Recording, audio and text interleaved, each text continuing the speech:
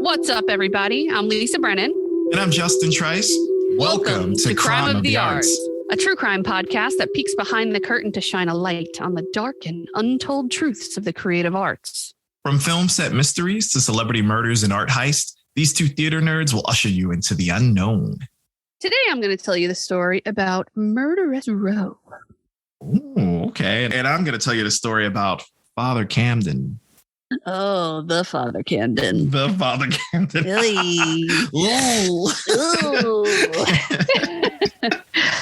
To be more specific, I immediately got the creeps. I feel like anyone is, and I feel like they're already going to assume what it's about, but it might be about something entirely different. But yeah, I guess father's not the correct term I should use. It's more reverend. We're going to talk about Reverend Camden. Some of you might be like, I'm not familiar with that reverend. And my response to that is, yes, you fucking are. In one of our other podcast episodes, we've been friends for too long. Yeah, we've been friends way too long. We're in sync right now. We're fully in sync.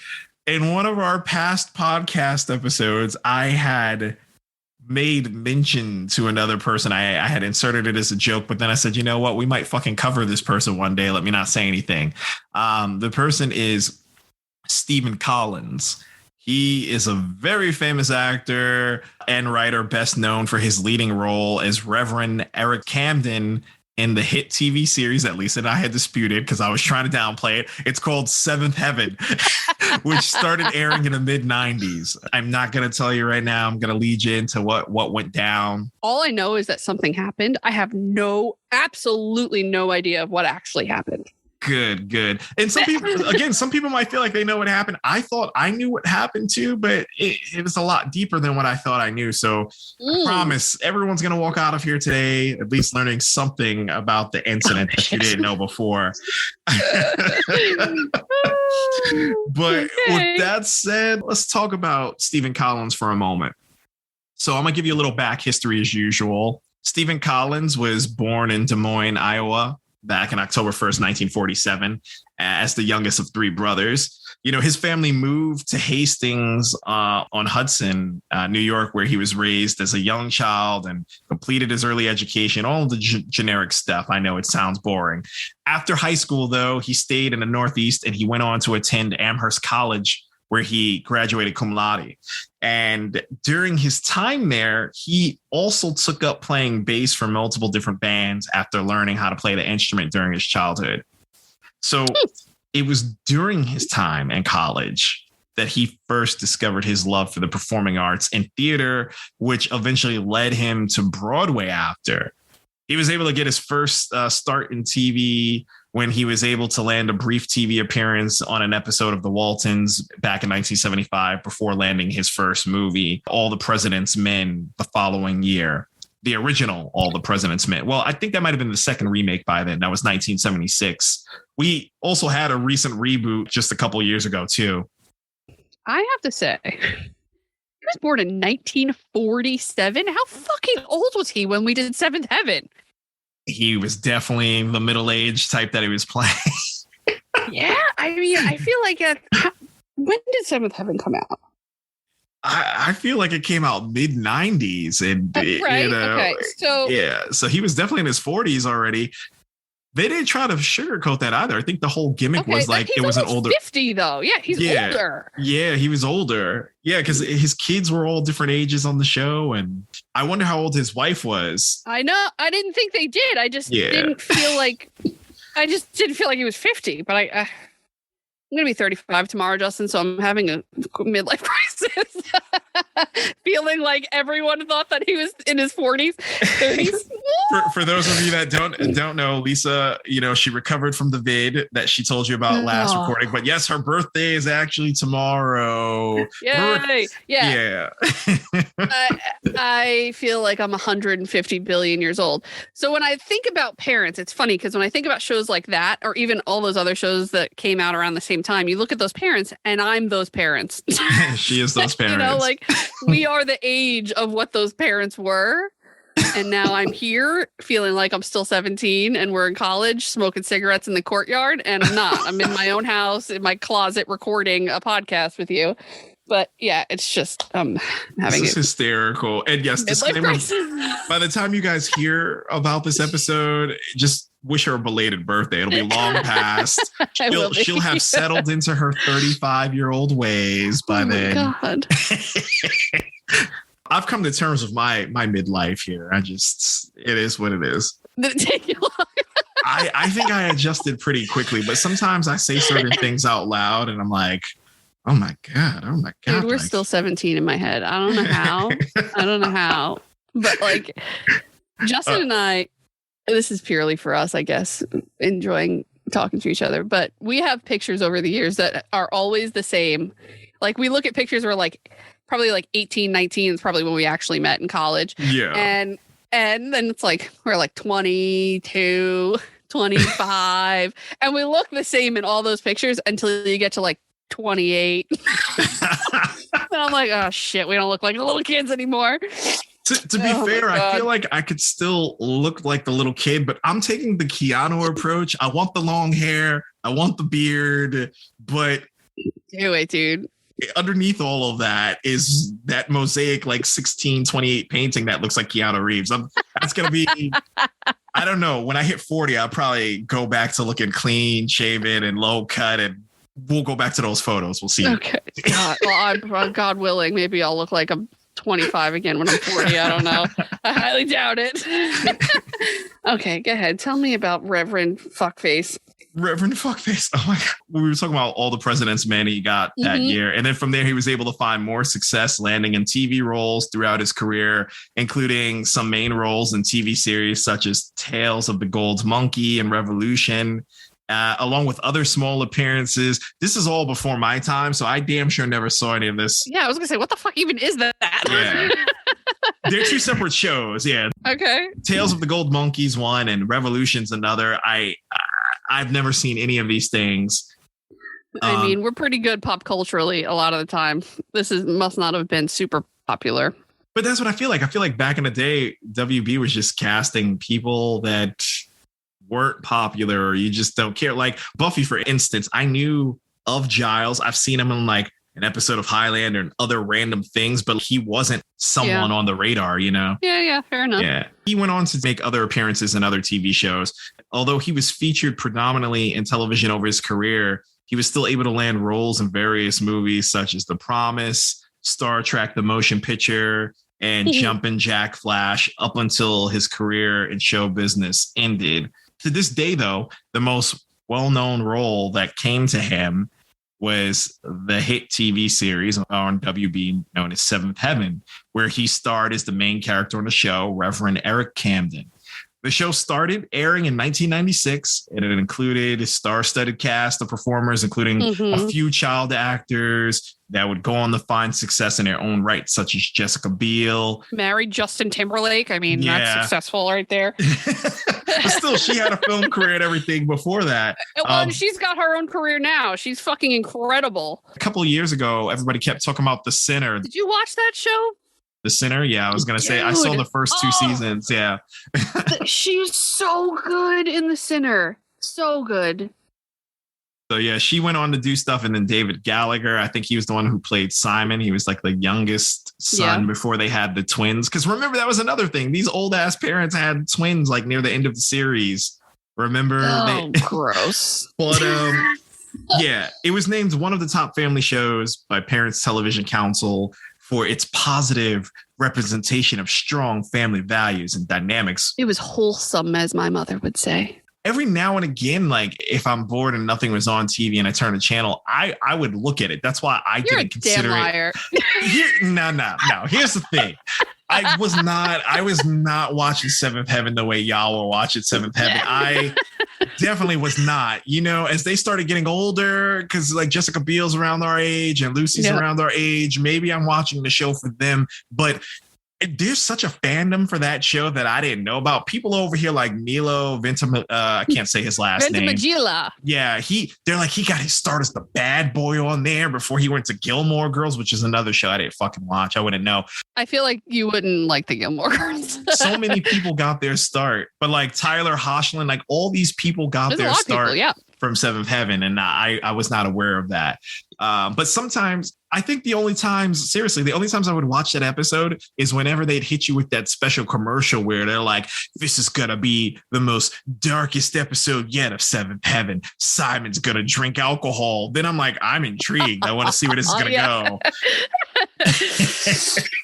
The thing is, Seventh Heaven came out in the same time frame as Dawson's Creek and all these other shows that were kind of exploring things in a coming of age way that my mom had to have the talk with me before I was allowed to watch Dawson's Creek. But she did not feel that way about Seventh Heaven. It was godly. It was wholesome, like lined up all these things that was like the quintessential American way of life. That show just creeps me the fuck out. Like, first off, Seventh Heaven, and then like the theme song irked me. I mean, it was as 90s as it got. It was like the white equivalent to like at least Full House and all of those. You know, it was like jazzy, whatever, like the intro. But yeah, a little more diverse in the audience they tried to reach. Yeah. Seventh Heaven, it wasn't diverse enough for me. But yeah, I get it, dude. Whenever I would watch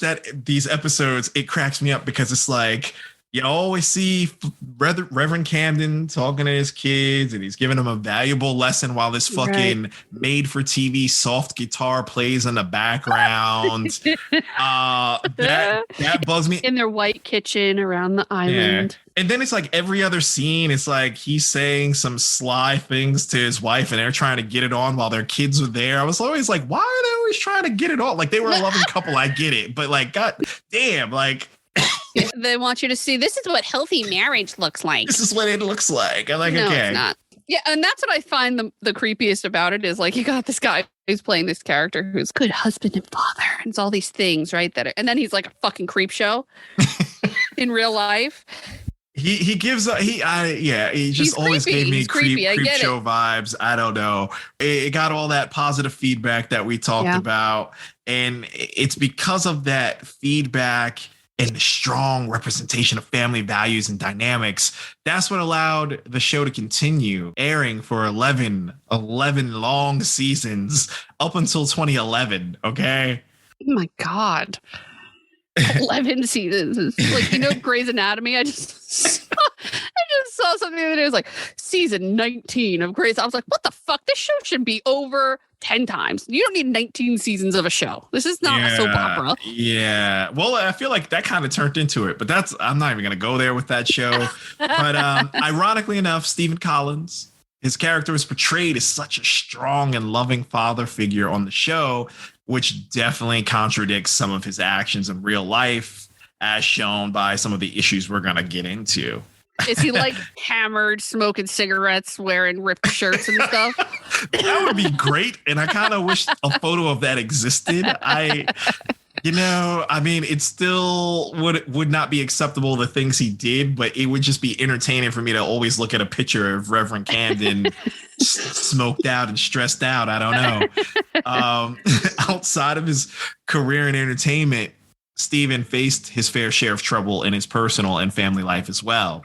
Before he landed his first acting gig, he got married back in the day in 1970 to Marjorie Weinman, but their marriage only lasted for 8 years. While filming on the set of Tales of the Gold Monkey in 1982, he met his second wife, Faye Grant, who he married back in 85. And he had a daughter named Kate, who was born 4 years after they decided to marry each other.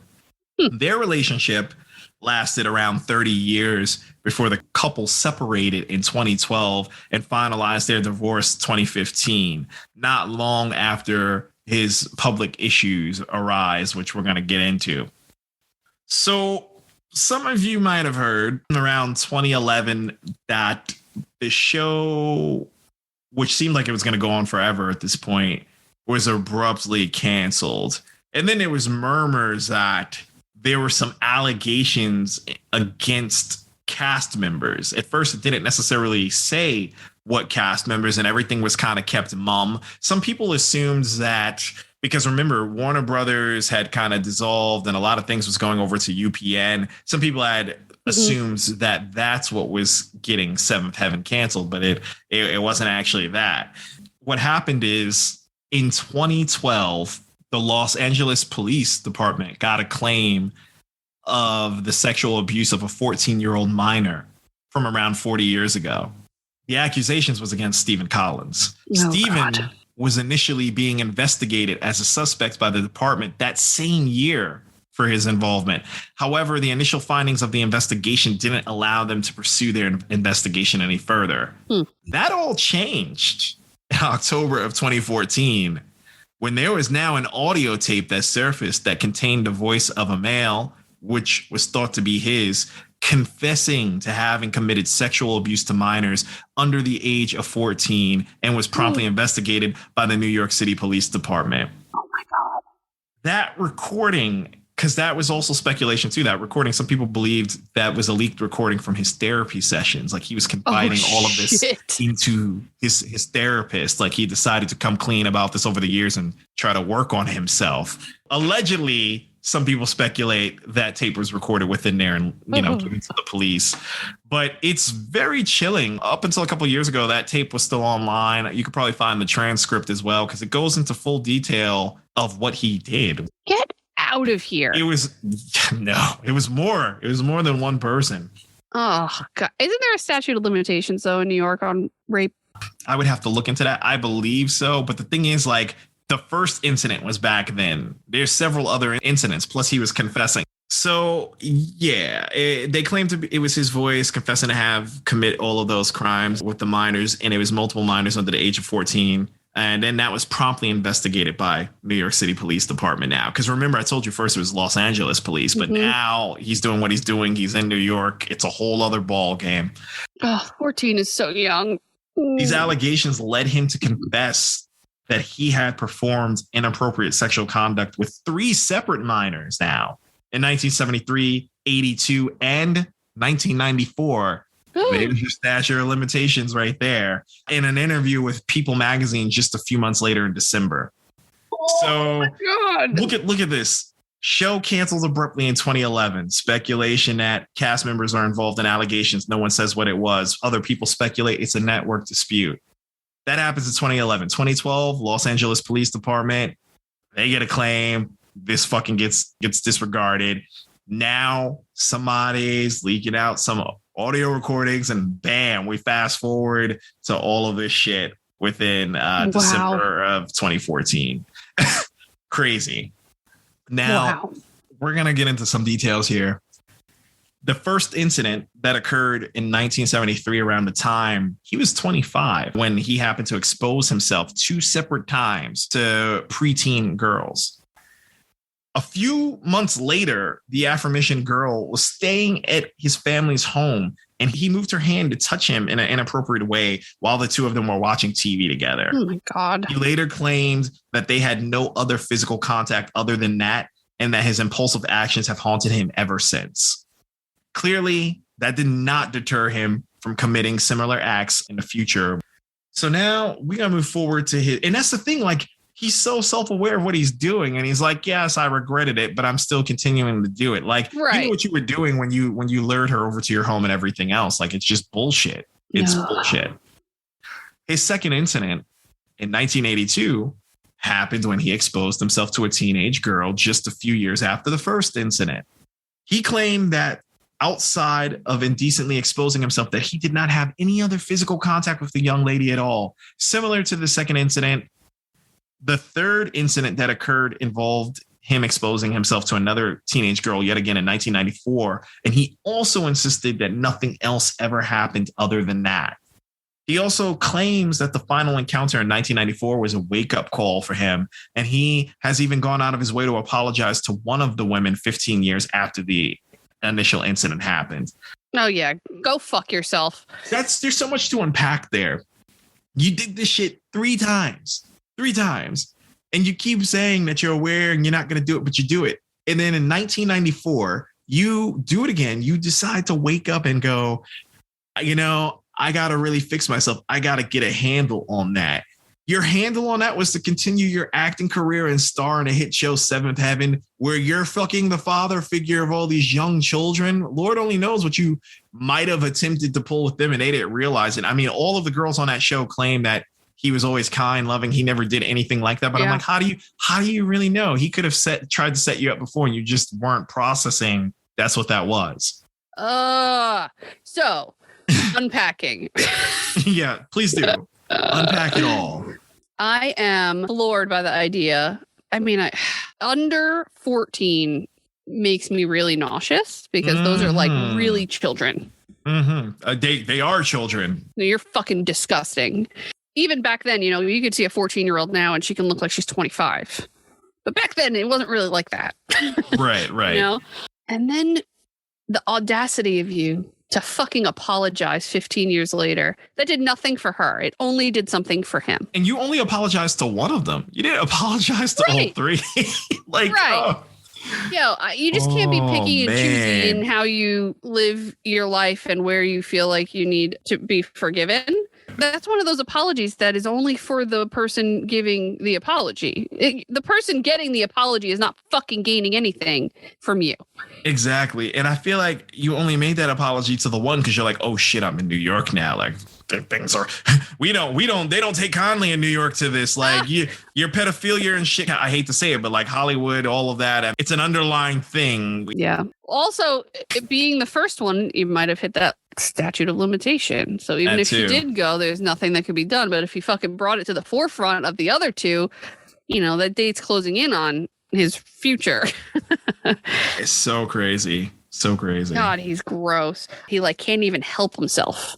You know? Exactly. It's a lot. Because for me personally, anytime I watched Seventh Heaven, he just gave off creeper vibes. And then once I knew that and tried to look at former episodes, I'm like, nah, he's just... I can never go back.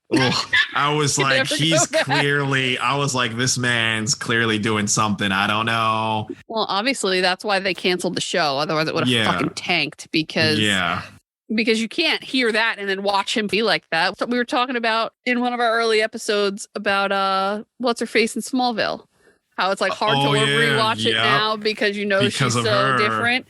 Yeah, you can't. I mean, Allison Mack. Yeah, no, it's hard to watch it. You take claim of that character, and your real life things could really harm whatever work you've already done. You know. Oh my! So once the word got out that he had committed these acts of sexual misconduct with multiple underage girls, you know, he was quickly blacklisted and canceled by Hollywood.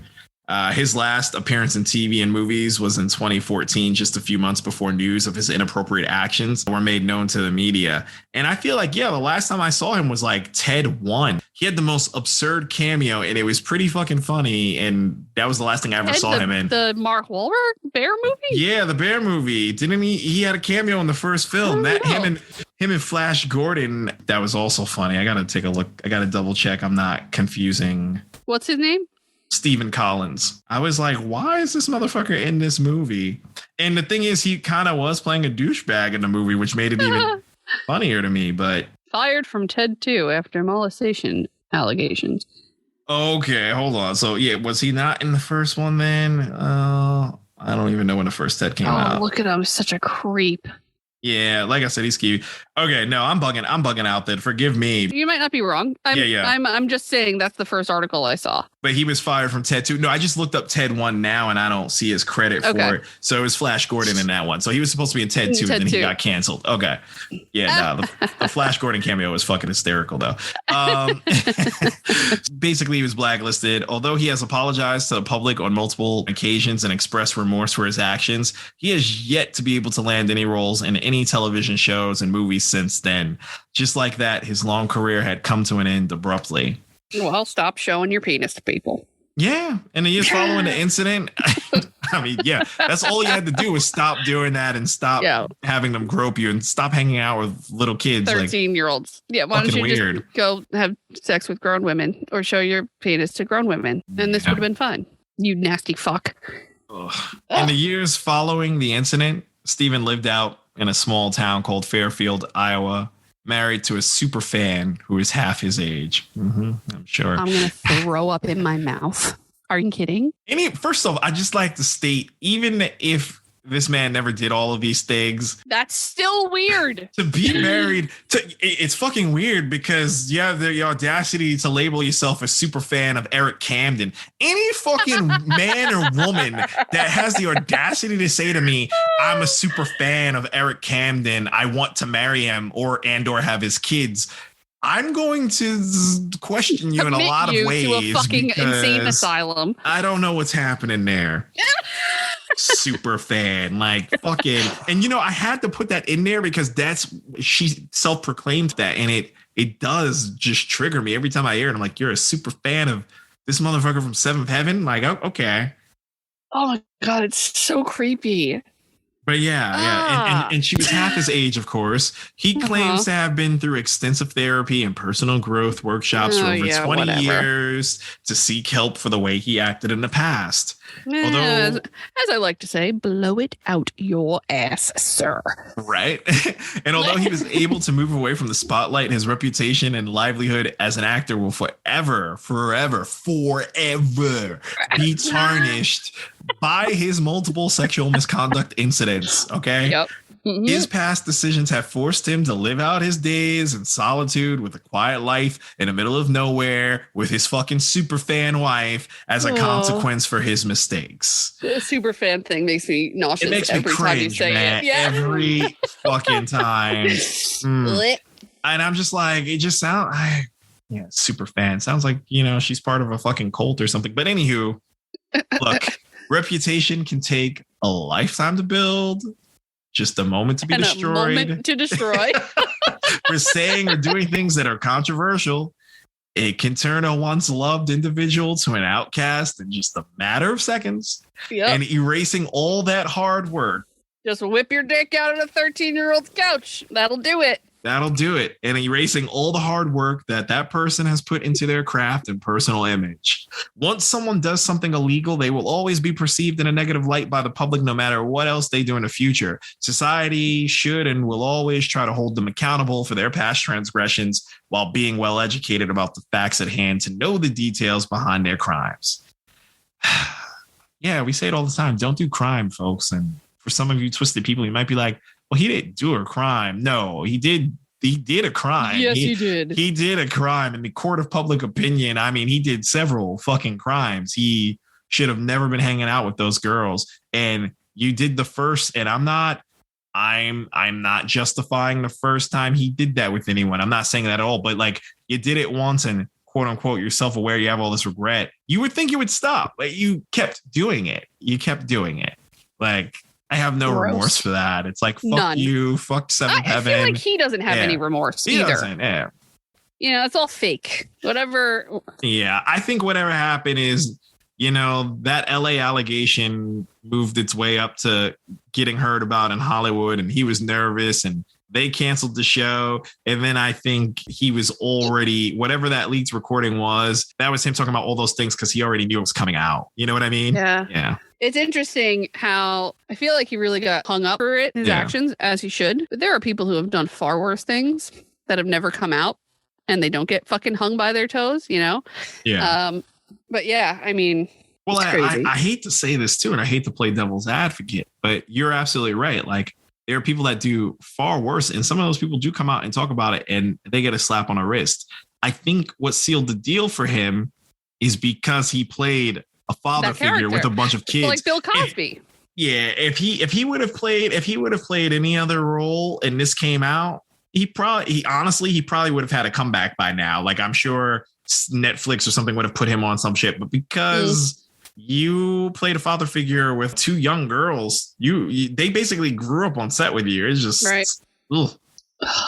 You're right. If he had played anything else, he could have been a fucking bank teller and nobody would have gave a shit the way they gave a shit because he played Reverend Camden. Reverend Camden. But yeah, that's my story about the old Reverend Camden. Perfect. I did not know any of that at all. It's a shame that it took 3 fucking times for something to actually come about to make it stop. Thank God, because you know what? There would have been more girls. Yeah, that's what makes me uncomfortable whenever I revisit this story, because my thing is he's telling us it's just them. I don't know that. He could only be telling us that because those were the 3 that were definitely going to make you know what I mean? Allegations. There's evidence on. I mean, if history proves anything, it's that more than likely that he didn't only do it 3 times, once a decade. More than likely he's done it before.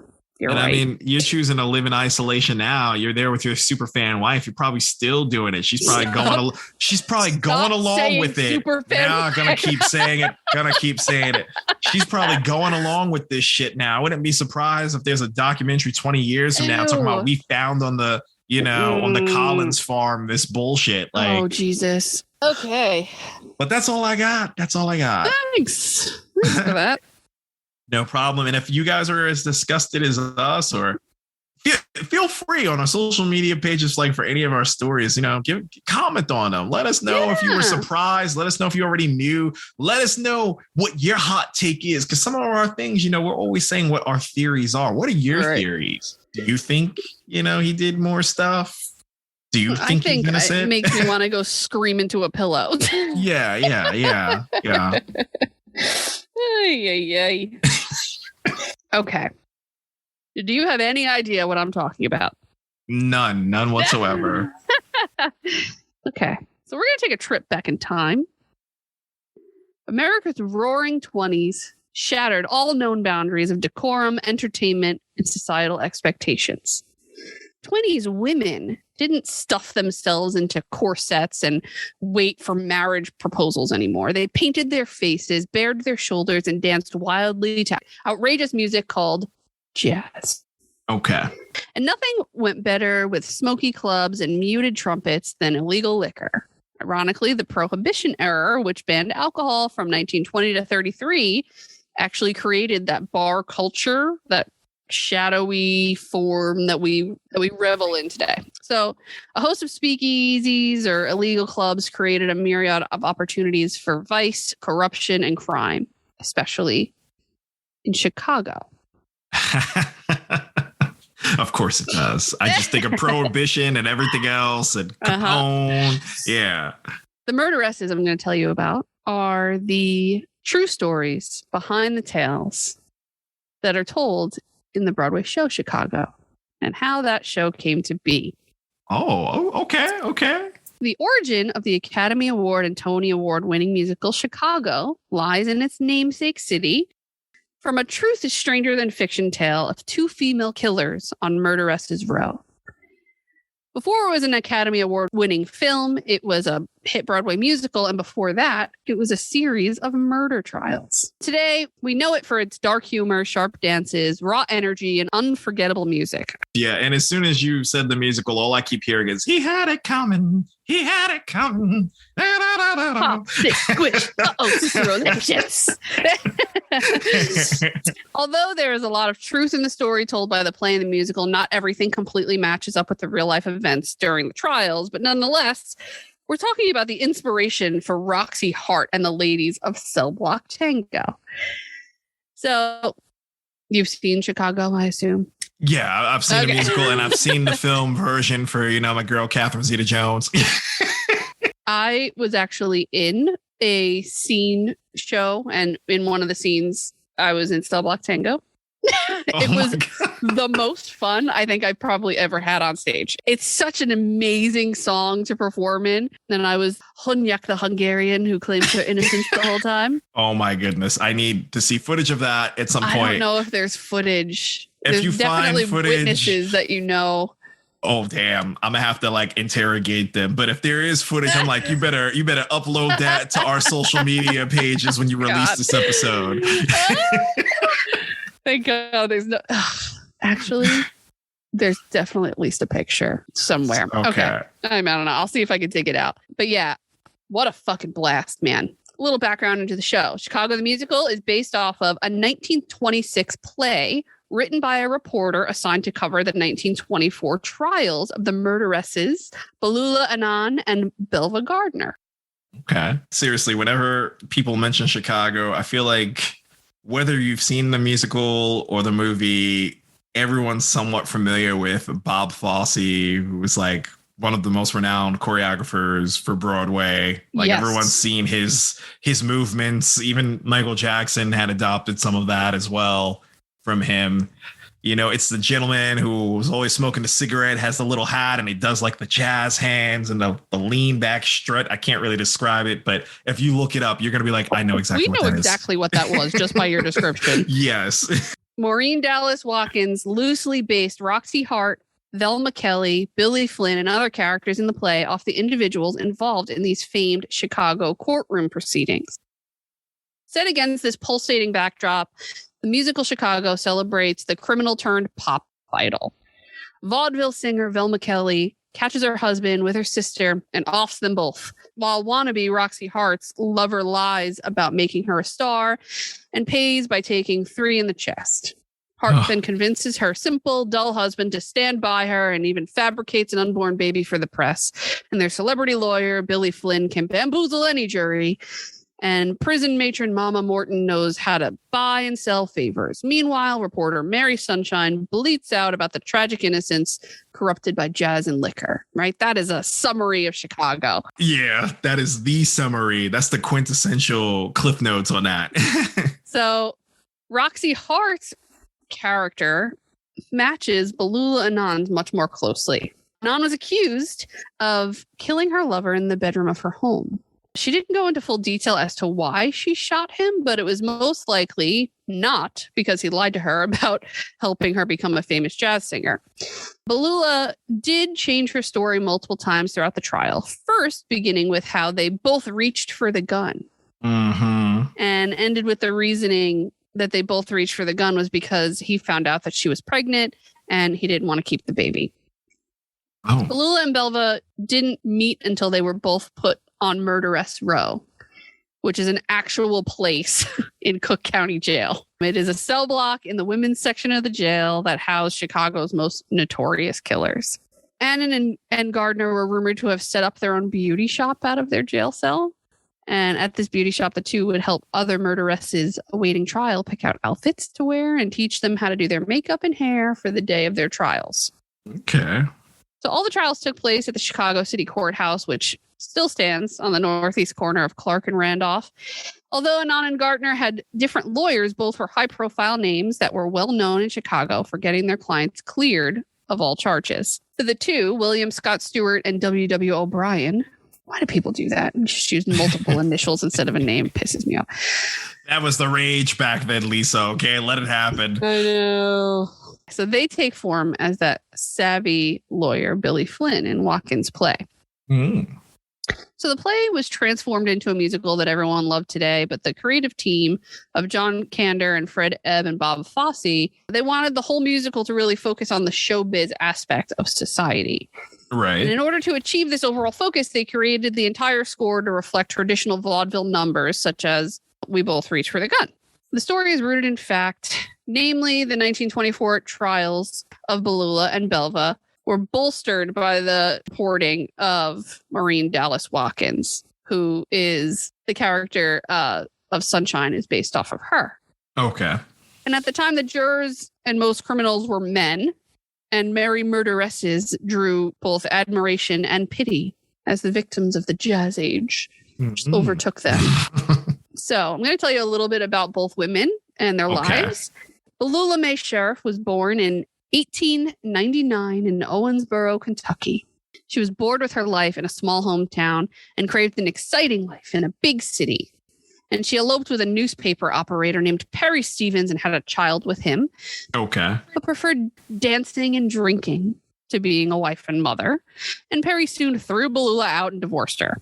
Oh, no. Damn. Bye. Well, I guess back then he's like, oh, you want a social life? Yeah, floozy. Soon after, Lula met a mechanic named Al Annan and moved with him to Chicago, where they married in 1920. Lula needed the financial support Al gave her, but was bored with life as a housewife as she is completely insatiable.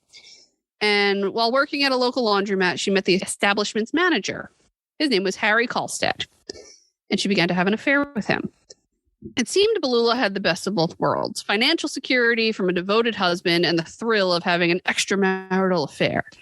However, she began to feel resentful that Harry wasn't spending enough money on her. Oh. And on April 3rd, 1924, an argument between the couple turned violent when Harry tried to leave after Lula had told him he wasn't her only love interest. Oh, shit. Yeah, that was like the final straw. She's like, you're not spending enough money on me and you have another side chick? Okay. Uh-huh. Okay. I could cheat, but you can't cheat. So as Harry was putting on his hat and his coat, he was shot in the back. And as he lay dying, Lula put on a record of a jaunty foxtrot called Hula-Loo. And she played it for 4 hours while drinking cocktails and waiting for her lover to breathe his last breath. Oh, my goodness.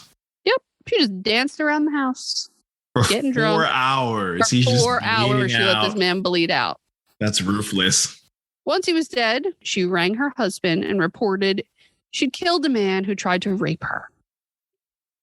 And her story would change several times. Later, she claimed that she had gotten into an argument with Harry when she told him she was pregnant and that they both reached for a gun at the same time, and she got it first. And prosecutors would argue Annan had shot Kalstead because he'd planned to end their affair, which she herself admitted to at one point. So nonetheless, her husband, Albert, stood by her side and frantically used all of his life savings to fund her defense. Wow, Yep. that's a Guess fucking what? fool. He is just like poor Amos, Mr. Cellophane Hart in Chicago. The story made Lula a celebrity and the talk of the Chicago press. Authorities were skeptical of Lula's story of self-defense since Harry had been shot in the back, but all male juries were unwilling to send a pregnant woman to prison. So Lula Annan was acquitted of the murder of Harry Kalstead in May of 1924. The pregnancy turned out to be a lie. Lula subsequently left her husband and tried to pursue her entertainment career, but found herself considered a has-been as the press had moved on to the next big thing. Lula Annan died of tuberculosis at the age of 32. What a way to go. After all that shit, you escaped. You managed to swindle your way out of prison. You killed your ex-guy. She had it coming. Yeah, she had it coming. Yeah. So the year of her death varies. The records are a little shisty, but sometime between 1927 and 1929. However, her legacy has been kept alive on stage and on screen as Lula was the inspiration for Roxy Hart. And while awaiting trial on Murderess Row, she met Belva Eleonora Bosinger, who was born on September 14th, 1884 in Litchfield, Illinois. She was a cabaret singer who used the stage name Belle Brown, and she was society divorcee. Oh, very fancy term there, societal divorcee. Well, in the 20s, man, you didn't get divorced so easily. It was very frowned upon. She was divorced 4 times. Woo. So Belva Gardner climbed her way into high society.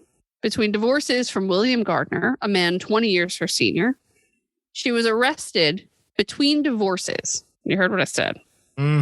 Arrested between divorces. What the fuck? Okay. She was arrested in March 1924 at the age of 40 for the murder of her 30-year-old lover. Walter Law was found shot dead in his car after a night on the town with Gardner.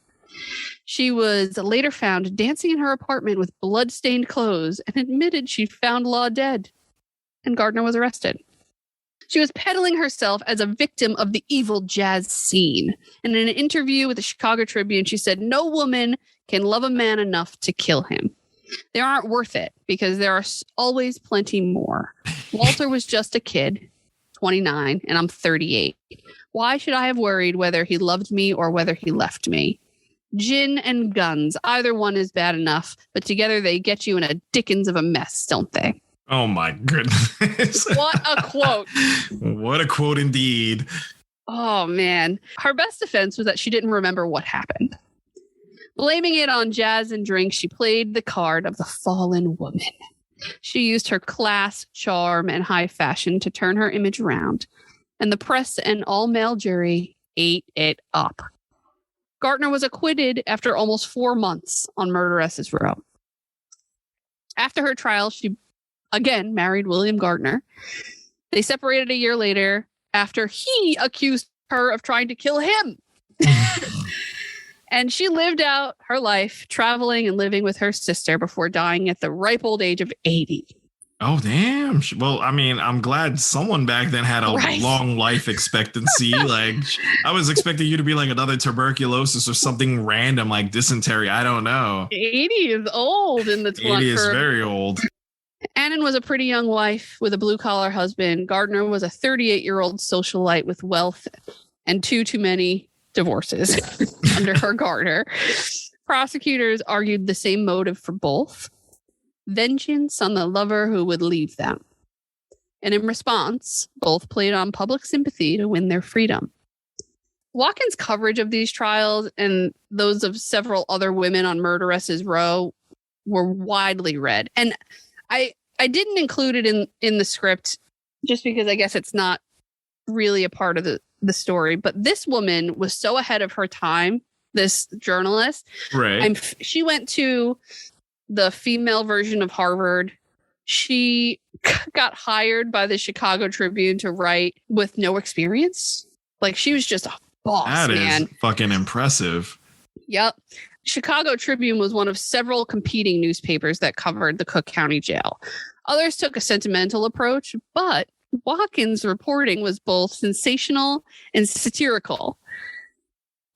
I actually found the website with all of her articles on it. I put the link in the show notes if you guys want to go read her actual real deal stuff. I'm definitely going to take a look at that. Dude, I love stuff like this.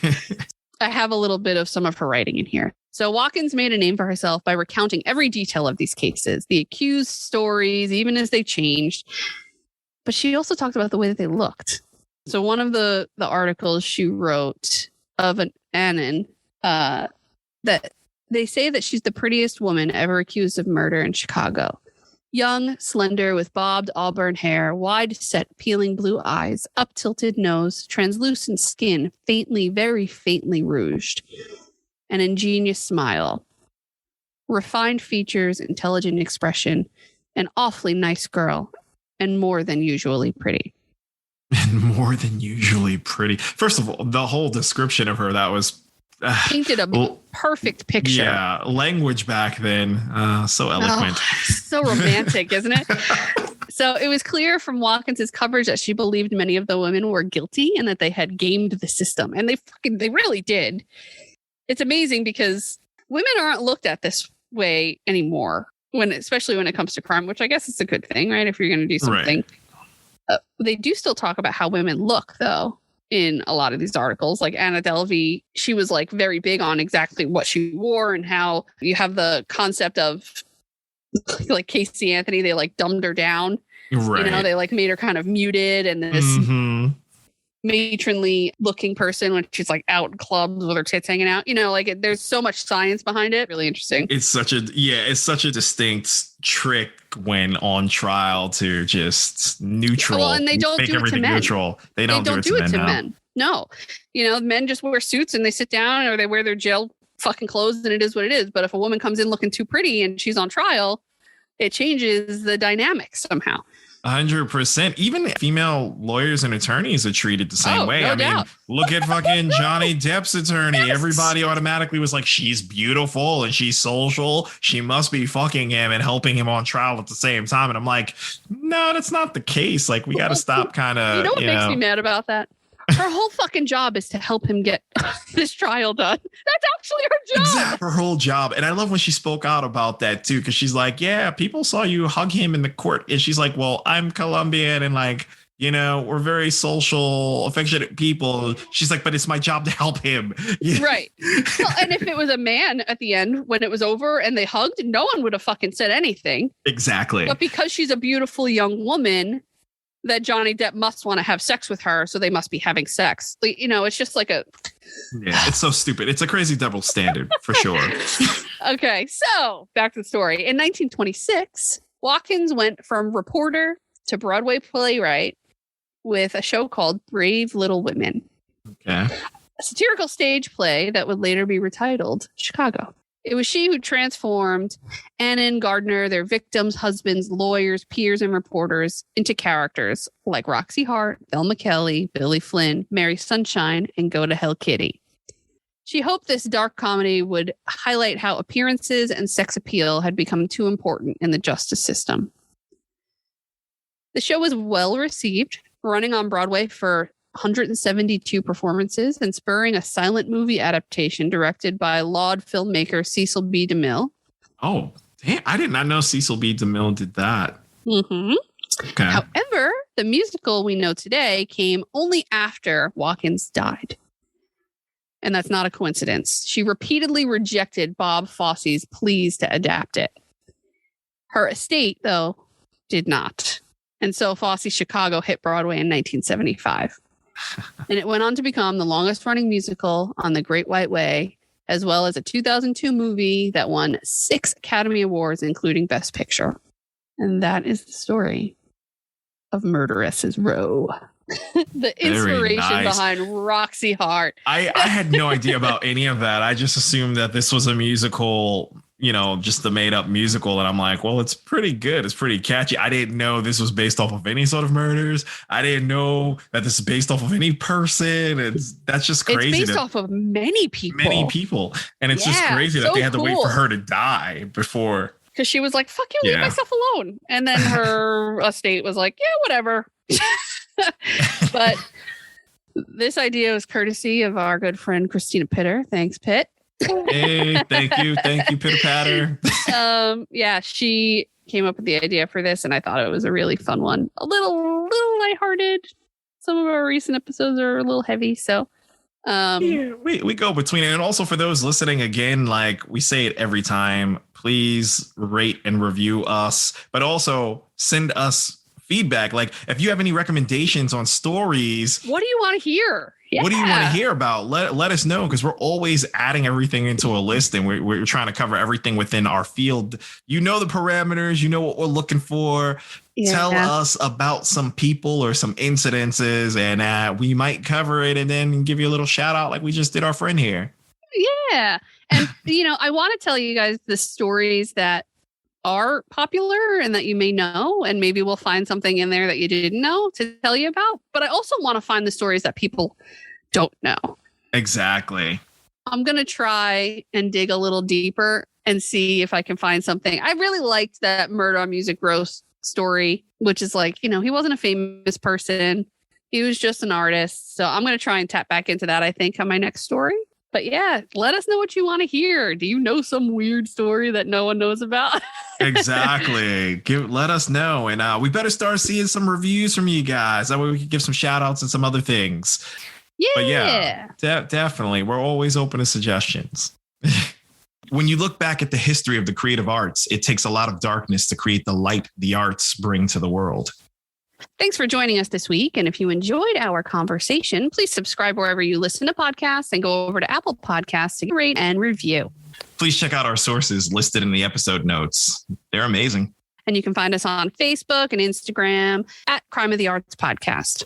We're looking forward to having you back next week. Until next time, peace out, everybody. Peace out, everybody.